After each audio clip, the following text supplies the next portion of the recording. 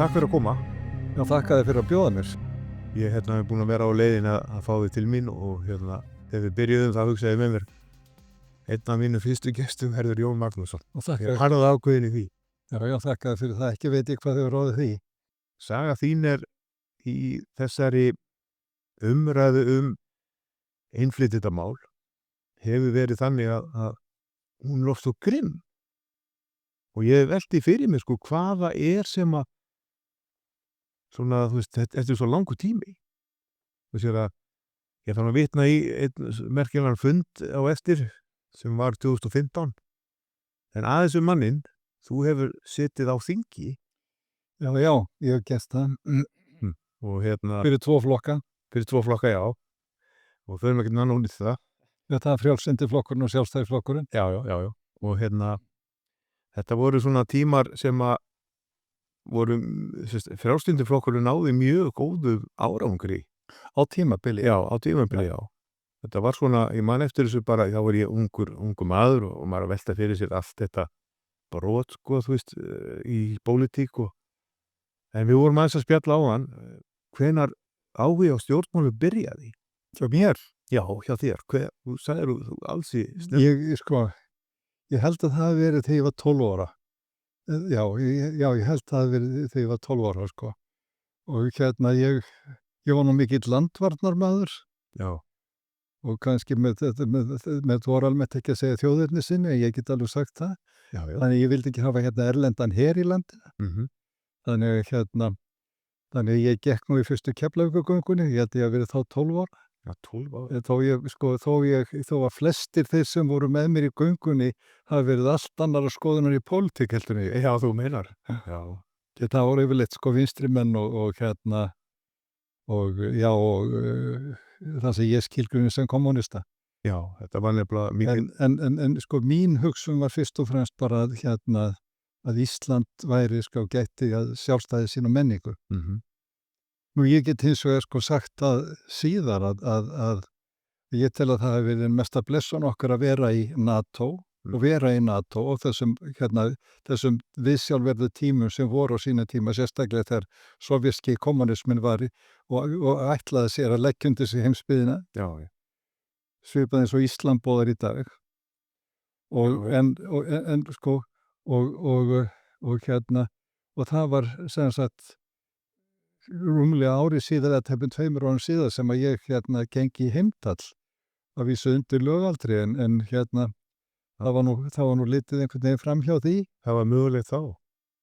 Já, ég veit ekki til annars en það sem mögulegt en ég var kosin í stjórn Heimdallar áður en ég var 16 ára þannig hver var fyrirmyndin í stjórnmálu þegar þú varst svona ungur? Hvað er það sem að sá stjórnmálamaður sem ég dáðist mest af var Bjarni heitinn Benediktsson. Það er þessi Bjarni Benediktsson eldri. Eldri, já. Hann og Ólafur Thors voru svona þessir miklu leiðtogar á þessum tíma. Ólafur svona léttari, svona foringinn en Bjarni svona maðurinn sem var með allt á hreinu. Ég dáðist mjög að röggsamur og rökfastur og hvernig hann gat alveg mólað niður í þess vegna með einni setningu þar sem að Einar Olgeirsson var búin að vera að fjasa kannski hálf tíma. Já, þú ef einhver mann eftir honum. Já, þetta er svona nöfn sem að ég er 54 ára gamall og ég man þegar ég byrjaði að stemma og horfaði mitt á svona fylgjast með stjórnmálum og svona lærifæði minn að sjá og horfa á aðdáun, það var Óli Jó. Og það er ekki það næg. Já, það var, ég náttúrulega kom úr algjöru framsóknar en bæli sem maður segja. Þannig að ég hafði óskaplega gaman að því, maður því ég sá hann í mitt einhvern tímann, var að sem bjakkur og hafði ofsalega gaman að því að sjá hann tala og fylgjast með honum. Og það er þetta blaðalausa, halda ræðu blaðalaust, Mér finnst það alltaf Þetta er svona, það eru svona sannir ræðumenn og leiðtogar finnst mér. Já, stjórnmálamenn sem eru búin að vera lengi í pólitík eiga geta haldið ræðu skamlaust, blaðalaust. Sumir eru hræddir við að gleyma. Já. og þori ekki annað en að hafa þetta til öryggis, en menn eiga að geta gert þetta sem eru búin að ekki tala nokkið með menn eru búin að sitja á þingi meir en 4 ár. Þá var þeim engin vorkunn. Nei, segðu. Sérstaklega með allt þetta í dag sem notað til þess að kenna mönnum framsögu og ýmislegt. Já, kannski hafa þá er sagt Bjarna Benediktsson að hann væri snillingur, hann hefði ekki skrifað þegar það voru fyrirspurnir á Alþingi, að þá hafi hann almennt ekki skrifað neitt hjá sér varðandi fyrirspurnirnar. Þetta hafa verið svo minnisgóður að það getur bara raðað þessu niður og svarað þessu bara eins og hann væri með þetta skrifað á pappír. Það er magna. Já. Segðu mér, nú erum við að ástæðan fyrir ég kalla í þig hérna er þessi umræða stöðu Íslands í hælisleitendamálum og innflytjendamálum þetta svona. Og þú hefur aldeilis, eins og ég sagði áðan upp að svona fengið ákveðin skell og hefur ýmsir hjólað í þig með að mér finnst óvægum hætti en þú hristir þetta á þér alveg svo hersir í bardaga og ég hef svona fylgst með þessu, þetta náttúrulega svo langur tími. Þetta eru 20 ár síðan, er það ekki þú byrjar? Hvað ég byrja 2005-2006, já. Já, ok, það er svo langt síðan. Og eiginlega svo grein sem að ég skrifa á sinn tíma sem byrtist nú sem sagt snemma ársins 2007 sem héti góða nafni Ísland fyrir Íslendinga og ég held að kannski að nafnið hafi kannski verið það sem að einhverju kiftust við. Eftir það var maður kallaður ýmsum nöfnum eins og rasisti og ýmsum öðrum slíkum nöfnum. Já. Og þegar þú lest þessa grein í dag að þá getur ekki bent á einn einasta rasisma.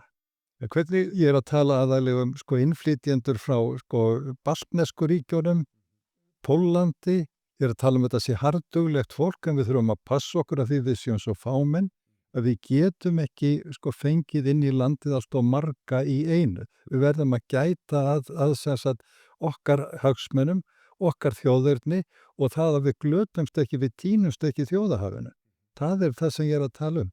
Ég segja við svo einu stað að ég vil ekki fá hingað syni Allah, eins og ég kallaði það, sem að aðlagist ekki okkar siðum og reglum og virði ekki réttindi kvenna.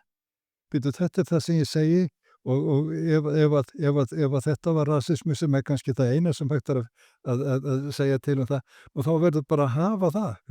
Ég vil ekki þá sem að vilja ekki aðlagast vestrænni menningu og siðum, þeir hafa ekkert hingað að gera.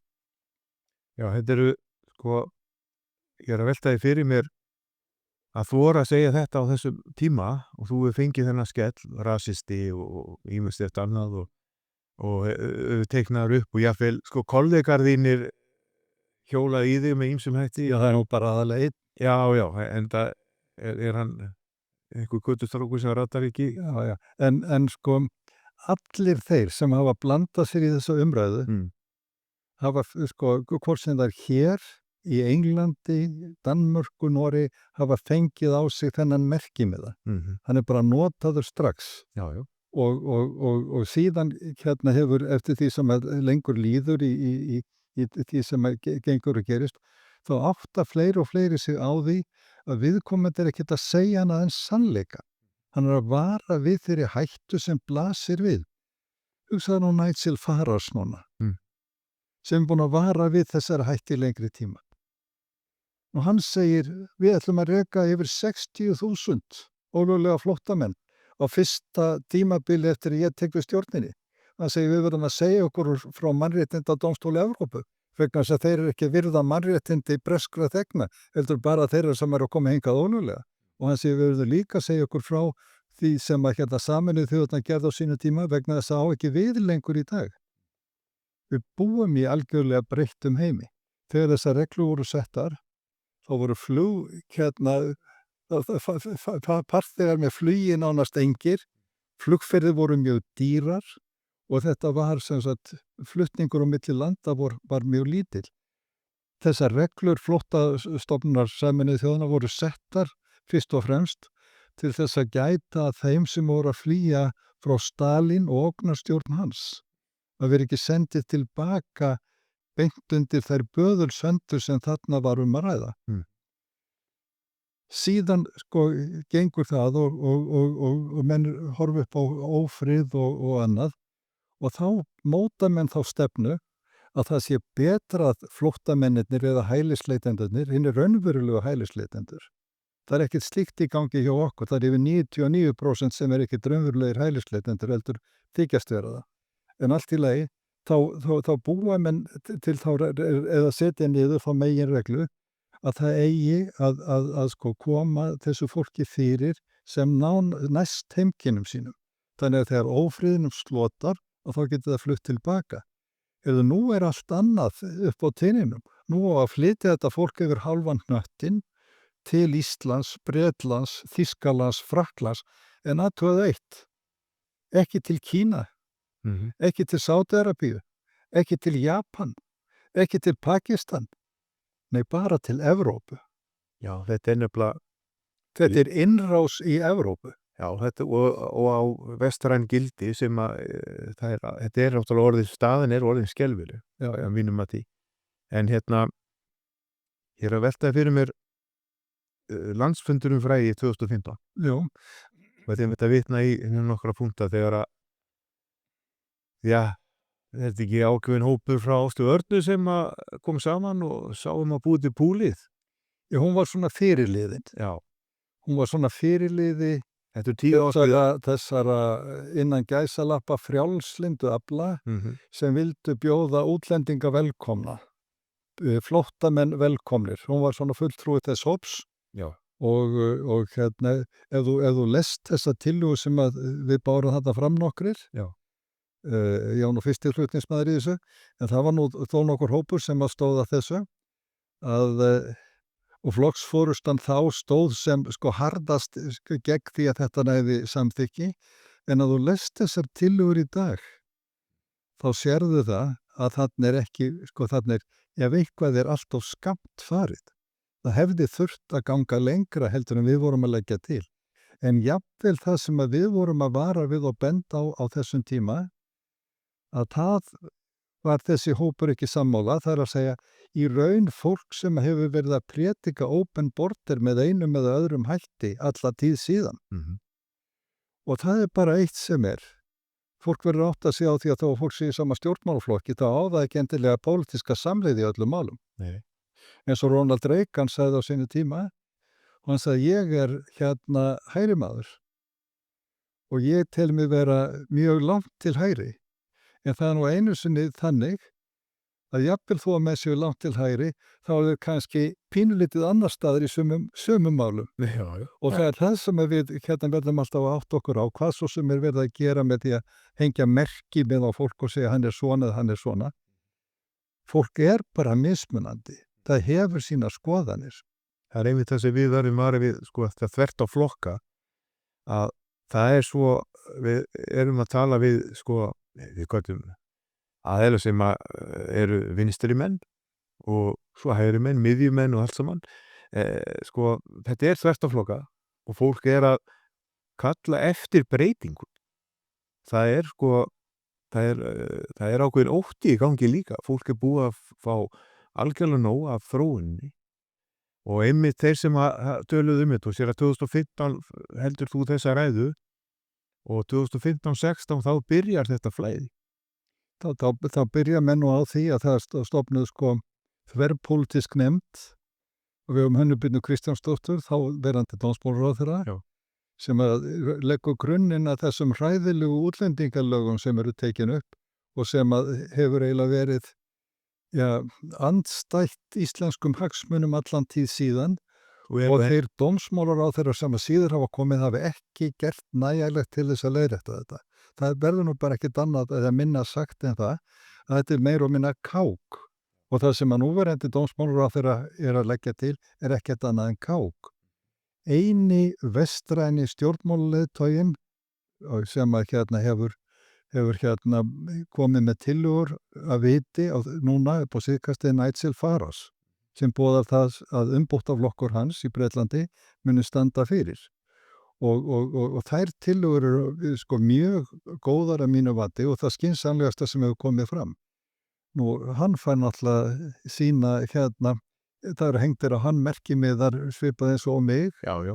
en núna bara breskur almenningur búinn að sjá það að það gengur ekkert minna, það verður að stöðva þetta flæði og umbótaflokkurinn mælist núna með 33% fylgi Já. og meðan að íhaldsflokkurinn mælist með 17% og verkamannaflokkurinn með 18%.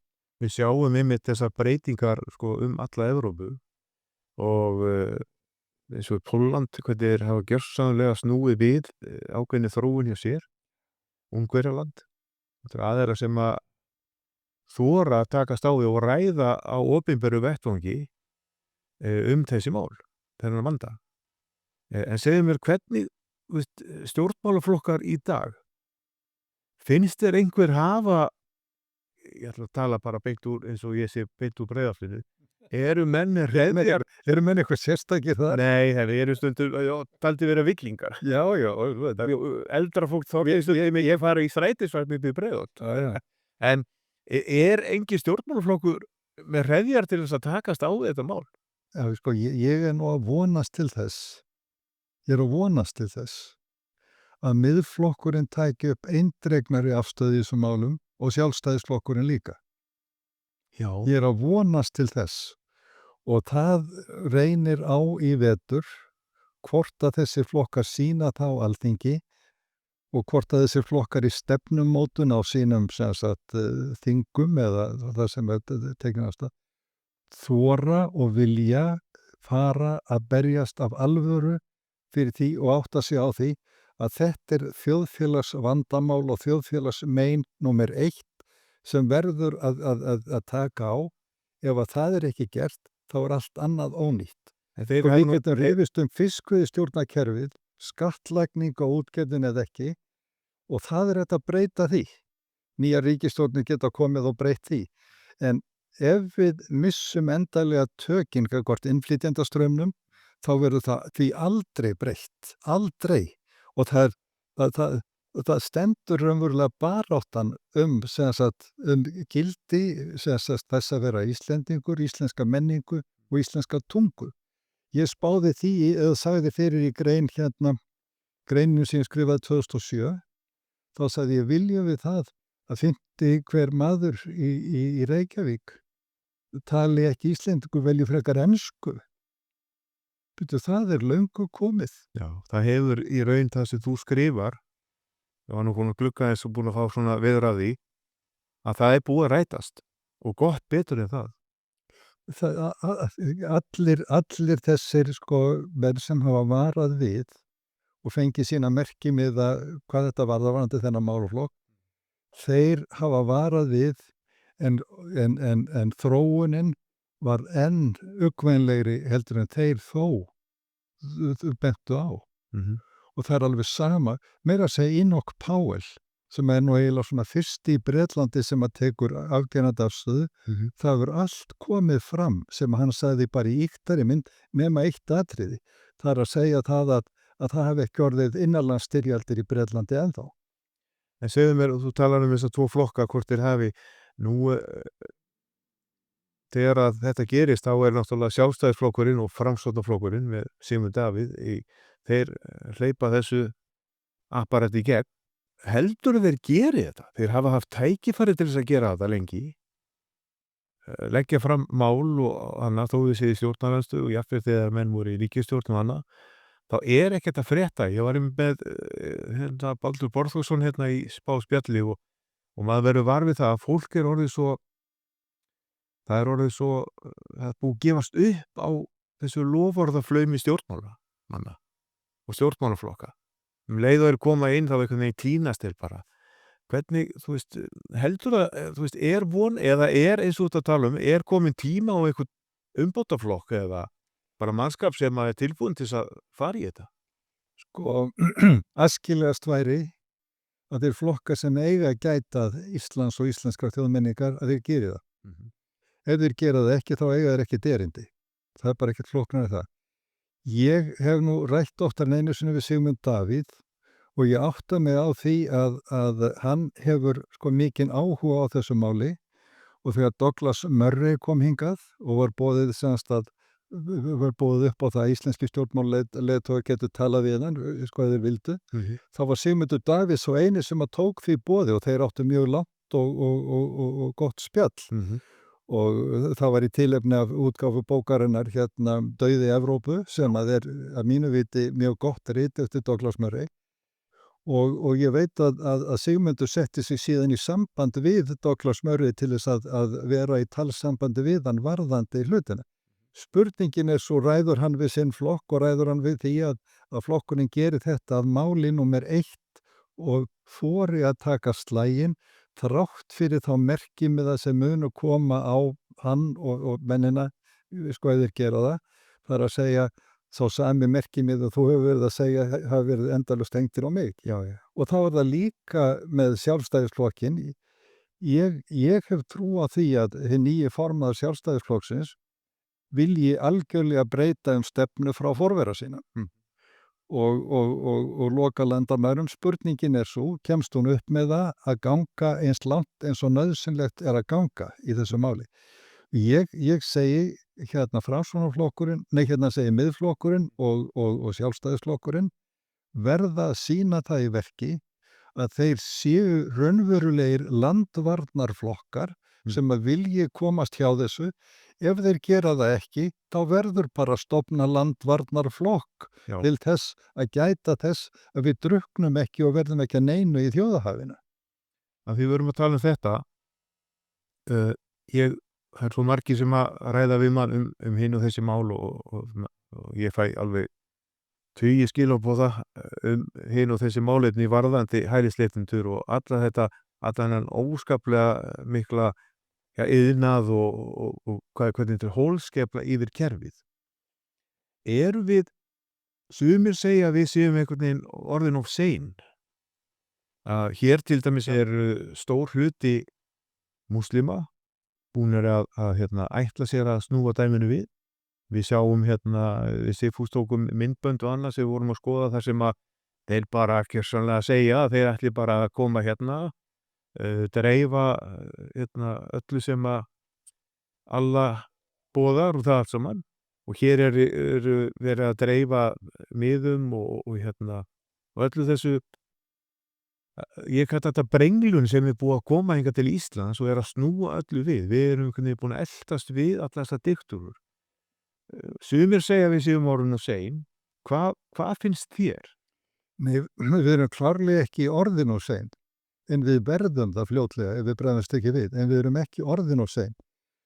Og það sem að íslenska þjóðin verður að hugsa fyrir utan það, hvað var það þjóðernið, menninguna, tunguna, að þá það bara einfallega það að þessi hælisiðnaður, hann gengur ekki lengur. Hann stendur ekki undir sér, hann kostar það mikið að velferðarkerfið mun rekast í þrot innan skamms tíma ef ekki verður brugðist við og tekið á hlutum eins og Nigel Farage sér að boða á að verða að gera í Bretlandi. Því að það það nákvæmlega sama sem blasir við í Englandi að velferðarkerfið hrynur. Það stendur ekki undir sig. Meira að segja Bretland og Frakkland standa svo illa núna fjárhagslega að þeir að velta fyrir sér aðkomu Alþjóðagjaldeyrissjóðsins að þeirra vandamálum, eins og við þurftum að gera í hruninu, hugsaðir.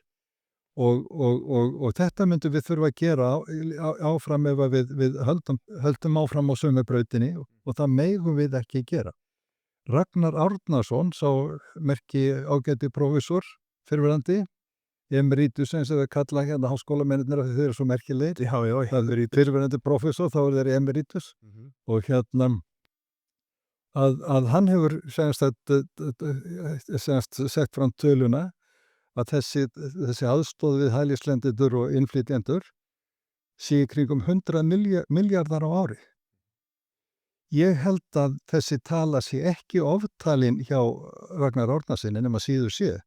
Þetta kosti þetta og þá segir það okkur það. Við erum að reka ríkissjóð með halla og við erum í raun að láta hælislendurna hlaupa strákana sem að koma, sem eru mestu leiti þykistu hælisleitendur, sem að leita allt öðru heldur en því í raun eða þurfu ekki að óttast neitt í heimalandi sínu, að við erum að láta þetta fólk sem í raun okkur kemur ekki við fyrir að það komið inn í landið, taka af okkur lífsbjörgina og gera það að verkum að ríkissjóður rekinn við sívaxandi halla, þannig að sko, við það verður ekkert ráðið ef við höldum áfram óbreyttri stefnu í þessu.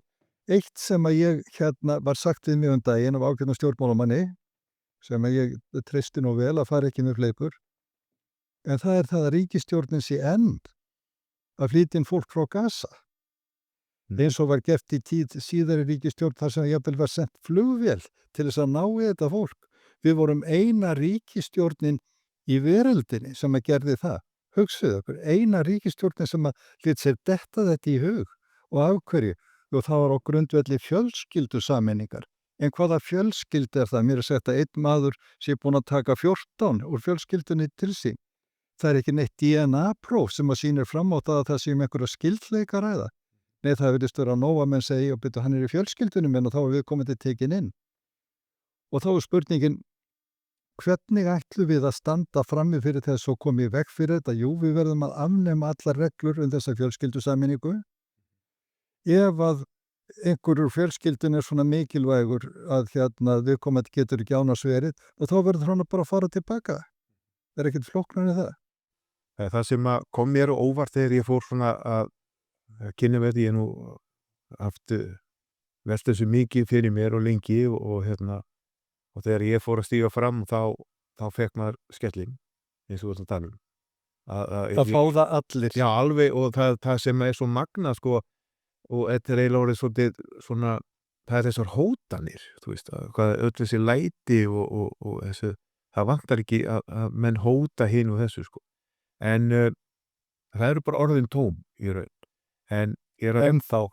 Já, það það sem ég ætla að segja að sko, ég að velta fyrir mér, við erum komin á þann stað og sér hvað að gerast í Bretlandi og víða, þeir eru gjörsamlega búin að fá nóg. Í Þýskalandi, þar sem að Angela Merkel bauð alla velkomna og allt í góðu, þá hefur þetta alveg snúist í andhverju. Lögreglan farin að vera mjög hörð við aðila eins og við erum með No Borders hérna og við horfum upp á lögreglumenn ef við þurfum að fara í réttarsal til þess að sko segja frá og standa fyrir störfum sínum, að nota neyðarúða í sínum störfum.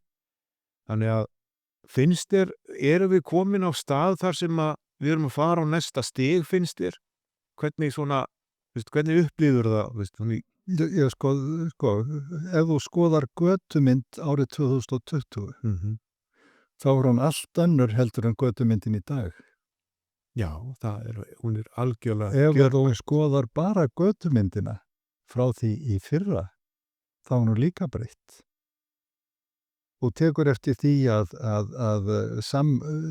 þar að segja, ef þú skoðar hóp fólks, þá var þetta öðruvísi heldur en það var þess vegna fyrir 1 ári, ég tala nú ekki fyrir 5 árum. Já. Og það bara vegna þess að það það stór hópur sem komin til viðbót og hann sérstaklega fólk verður vart við það á ákveðnu þéttbýlistöðum og eins og þú veist að lýsa Breiðholtinu á þann þá verða menn nú sérstaklega vart við það. Ég tala nú ekki Keflavík og þar og eins og ég segi, þetta bara staðreyndin, hvaða verk þurfum við að vinna í sambandi við þetta fólk. Skynsamlegasta leiðin sú sem að líka Nigel Farage að tala um, að koma öllum ólöglegum innflytjendum úr landi með þeim hætti sem að hann að boða í að gera það. Hvað á að gera við hina? Það verður að vera það að ræða að þeir aðilar sem að eru hér komnir og hafa réttindi til þess, að þeir verða að gjöra svo vel og aðlega sig að íslenskum siðum og íslenskri menningu og læra tungun okkar, málið okkar. Og það ekki hægt að horfa upp á það til lengdar, þetta metnaðarleysi sem einkennir stjórnvöld, að láta það vaða yfir að enskan sé orðin meira eða minna samskiptamál í íslensku samfélagi. Ja. Það gengur ekki upp. Við erum á svo litlu málsvæði að við erum ekki efni á þessu. Við erum náttúrulega með ríkisfjölmiðil sem kyndir undir þetta að mörguleiti og stýrist.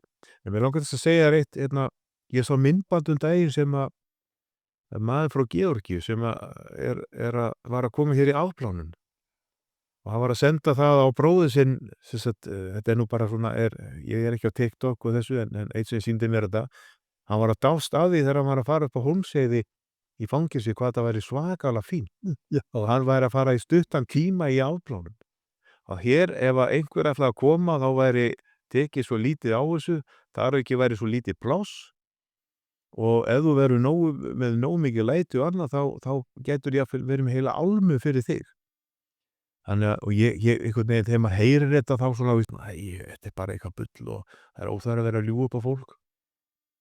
En þegar maður sér þetta svona, Jón, þá er þetta er algjörlega stjórnlaust og það er það sem að ég held að fólk þurfa að fara að gera sig grein fyrir að hingað til hafa aðilar komist upp með það að láta þetta vera svona. Vegna þess að við komum inn á það, þessu sem að Emeritusinn var að tala að sko þetta er svo ofboðslegar upphæðir að baki eru einstaklingar sem að njóta góðs af því. Að sjálfsögðu.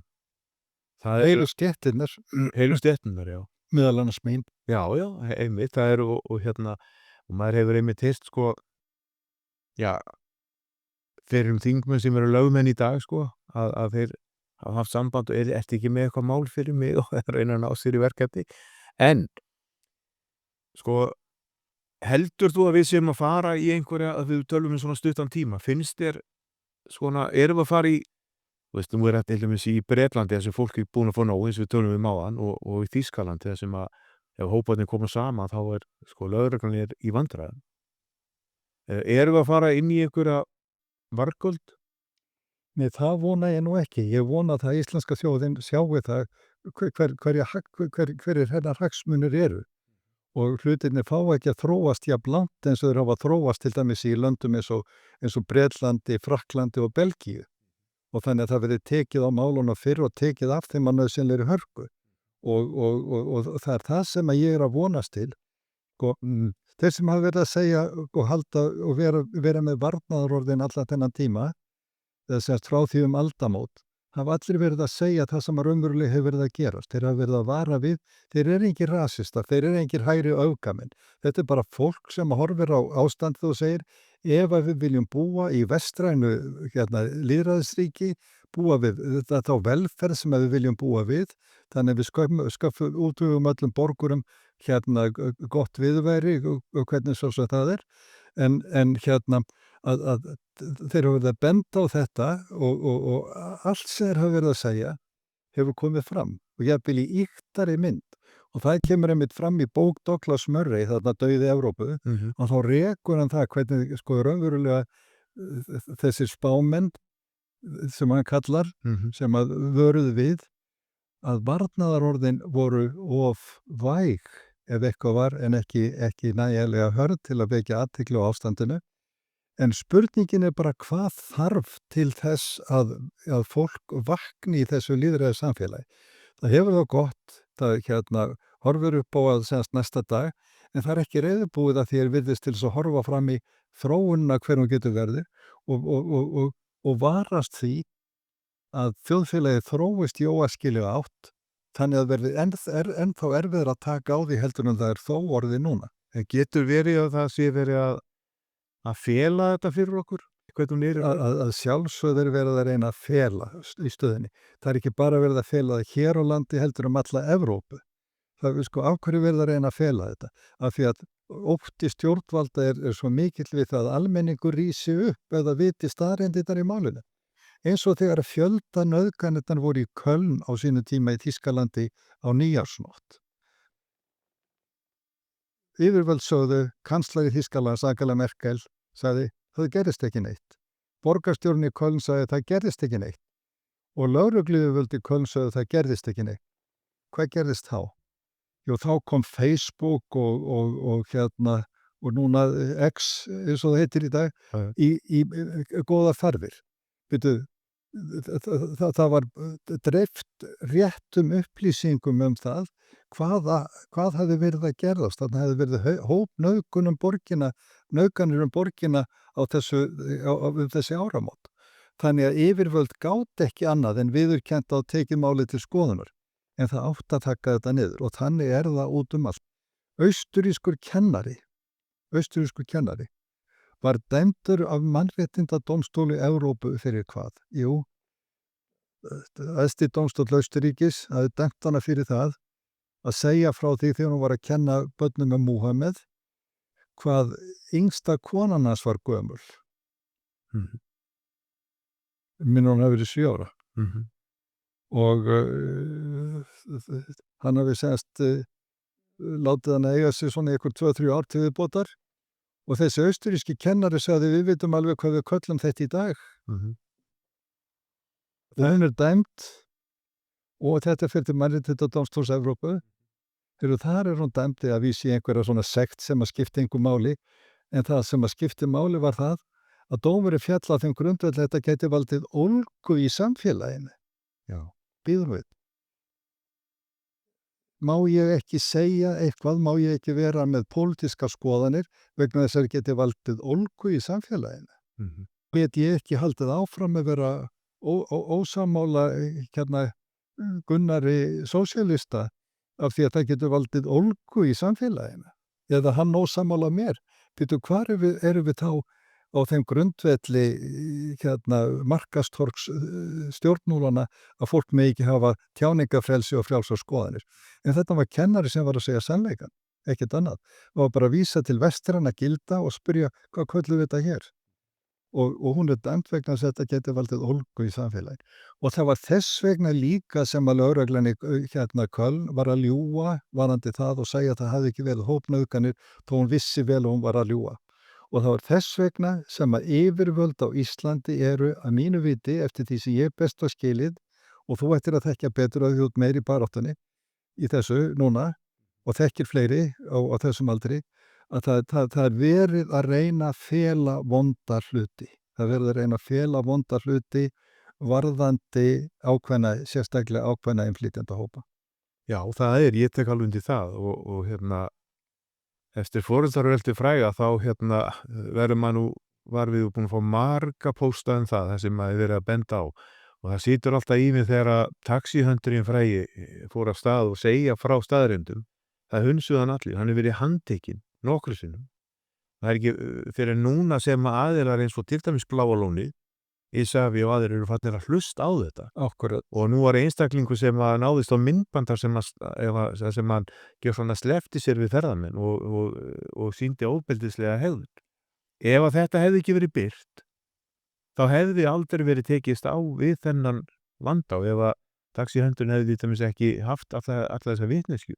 Og ég veit bara að hann hefur alveg gríðalegt magn af myndefni sem að sýnir hvernig staðan búin að vera. En ég að velta fyrir mér, erum við svona nú fyrir að líða á seinni partinn hjá okkur, erum við að fara að horfa á eins og gerist í Bretlandi það sem að banka upp á hjá fólki og það handtekið fyrir að segja skoðanir sínar? Það kann vel að vera, en þá verður fólk bara að sæta því og bera sannleikann og vitni. Já. Og það bara verður að hafa það. En sko, haturslögreglan víða. Og haturslögreglan í Bretlandi og það nú sérstaklega gagnrýnt núna að þannig að setja lögregluþjónur yfir það hlusta á einhver og horfa á eitthvað sem fólk að deila á netinu í staðin fyrir á meðan eru sko þjófar út allt og fólk sem að fremja miklu alvarlegri afbrot. Og þetta var nú svona hér kannski svona meira lögregluyfirvöld væri að vandræðast með þetta fyrir kannski nokkrum árum síðan meir en núna. Ég veit ekkert hvað hefur gerst, hvort það hefur verið einhverjar aðrar áherslu sem hafa komið hjá lögreglunni en allavega en að þá hef ég ekki áhyggjur af þessu eins og málin standi í dag og það sem fólk á að gera ef það verður fyrir óréttmætu aðkasti yfirvalda það á að vekja athygli á því og taka máli og það einmitt samtök eins og þvert á flokka sem geta verið svona ákveðin aðili sem á að taka við og hjálpa fólki til þess að reka mál sín ef það er að ræða. Ég hef meiri áhyggjur af þögguninni.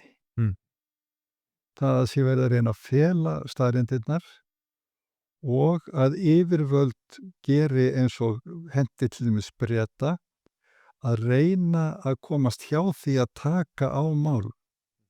En með því að gera það þá verða málin bara verri. Og alveg eins og þú varst að ræða Georgíumannin sem kom í 7-stjörnu hótelið á Hólmsheiðinni að þá höfum við ákveðnar leiðir líka sem að ef að stjórnmálamenn vilja gera skynsamlega hluti, þá geta þeir samið þess vegna við Litáen eða þess vegna Albaníu það að sjá íslenska fanga eða erlenda fanga á Þess Íslandi. að hafa brotið að sér Já. já. Það myndi gerast, það myndi vera miklu ódýrara heldur en að vera að byggja ný fangelsi og gera allar kúnstirnar hér. Af því að þar myndu menn heldur ekki verið í 7 stjörnu hóteli og myndu oftast meira þá refsingu sem er að ræða heldur en að þeir gera það með að koma í það sem að mörgum finnst bara lúxus hér, sko, komandi úr einhverju eymd. En þú talar þöggunina, sko, ég man einmitt þegar við fórum í foreldraröldi fræga, svo ég vitna nú aftur í það, þá, sko, það voru til á búkmyndavél lögreglumannsins, öll samskipti.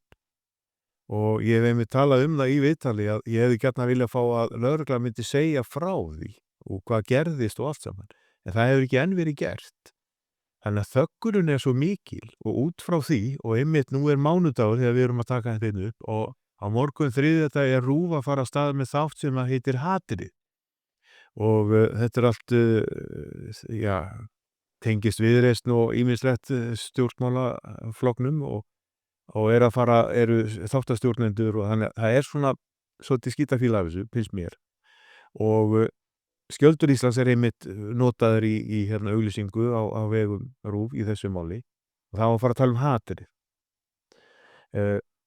Sko, þarna sko, valdið sem er til staðar, það alveg gríðarlega mikið.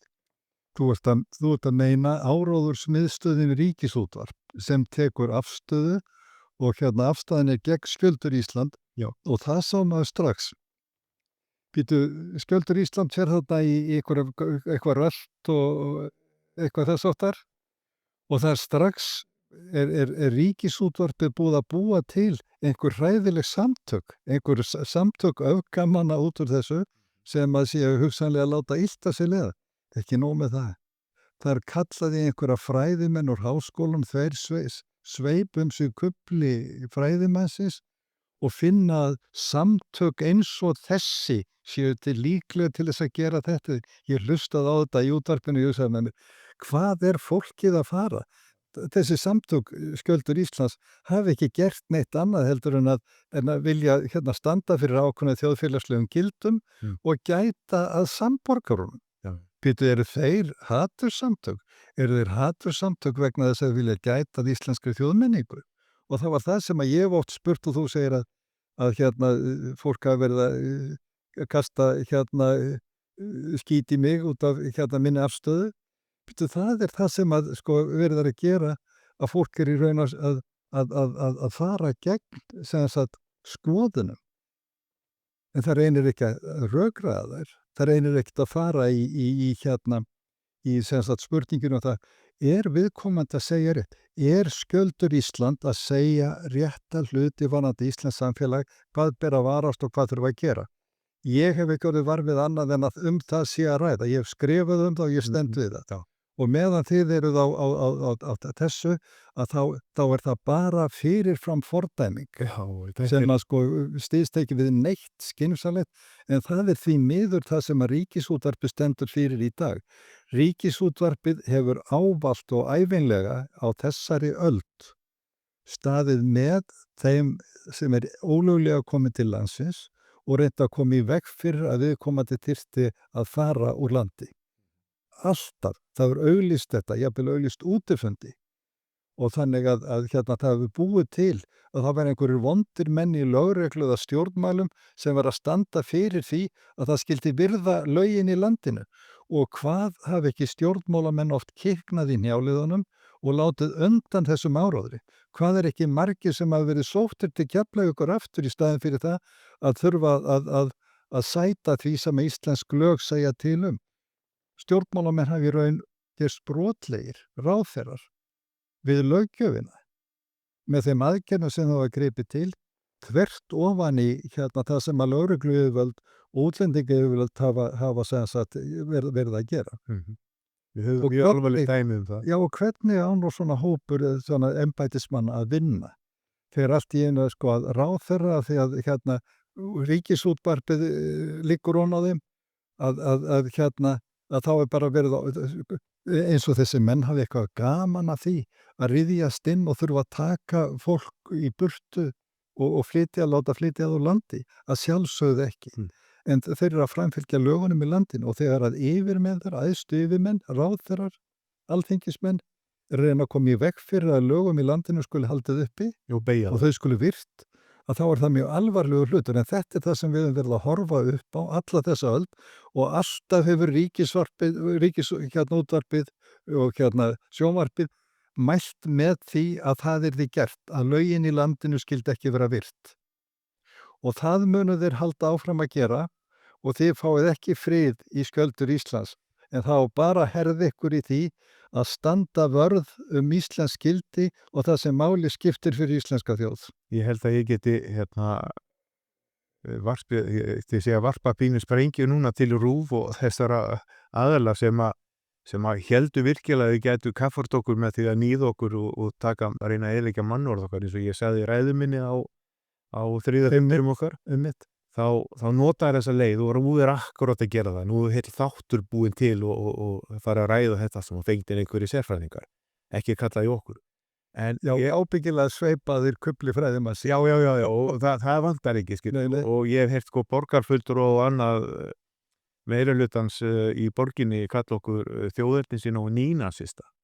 Og þetta og ég fyrir ráðherra hefur talað um það. Þannig að það gerum sig grein fyrir og hryðjuð og ógn við að við séum hálfgerðir hryðjuverkamenn. Þegar við erum aftur á móti með einstaklingar inni sem koma beint úr löndum sem eru svo sannarlega hryðjuverkasamtök eins og Hamas og aðilar svona sem koma frá Palestínu til dæmis. Þetta er bara staðreynd. Þeir hafa komist hingað inn og þannig að það er auðvelt að slá ryki í augun og nota okkur strákana í þetta og okkur reyndar okkur öll því að það eru konur komnar í þetta líka hjá okkur. En það sem sprengjan er að það styttist í næstu göngu hjá okkur. En svona lokum Jón, til stór spurning, til loka orðin, hvað eigum við að gera? Hvað getum við gert? Við eigum að starfa þvert á flokka og reyna að fá alla stjórnmálaflokka á Íslandi í lið með okkur við það að koma upp skynsamlegri stefnu í þessum málum og það sem ég segi, eina skynsamlega stefna sem hefur verið boðið upp á síðkastið er það sem Nigel Farage er að bjóða upp á og boða í Bretlandi. Það verður að fara út úr þessu regluverki sem hefur gert það verkum að innrásin í Evrópu hefur hingað til heppnast. Við verðum að hugsa fyrst og fremst hagsmuni eigin borgara og áttaði á því ég er að tala eigin borgara. Ég er ekki að tala það, hvort sem hún segir ég sé þjóðernisinn eða eitthvað annað. Ég er að tala eigin borgara og það skiptir ekki máli hvernig þeir eru á litin eða hvað þeir eru komnir. Heldur bara eigin borgara sem eru það að því að þeir eru komnir og hafa fengið ríkisborgararétt á Íslandi. Þá er það þeir sem við berum ábyrgð á, hvernig þeir eru á litin, hvaða trú sem þeir hafa eða annað og við ætlum að gæta þeirra mannréttinda en hinir koma okkur ekki við og við ætlum að koma þeim á landi. Þetta er góð lokaorð. Takk fyrir það. Takk fyrir komuna Jón og ég hlakka til að fylgjast með þér í framtíðinni. Já, þakkaði fyrir að bjóða mér að koma og ég er líka spenntur að fylgjast með ykkur. Já, takk fyrir. Og það verður örugglega full þörf á því í umræðinu að taka til varna fyrir ykkur af okkur báðum. Hjálmurinn er klár. Það er nú það.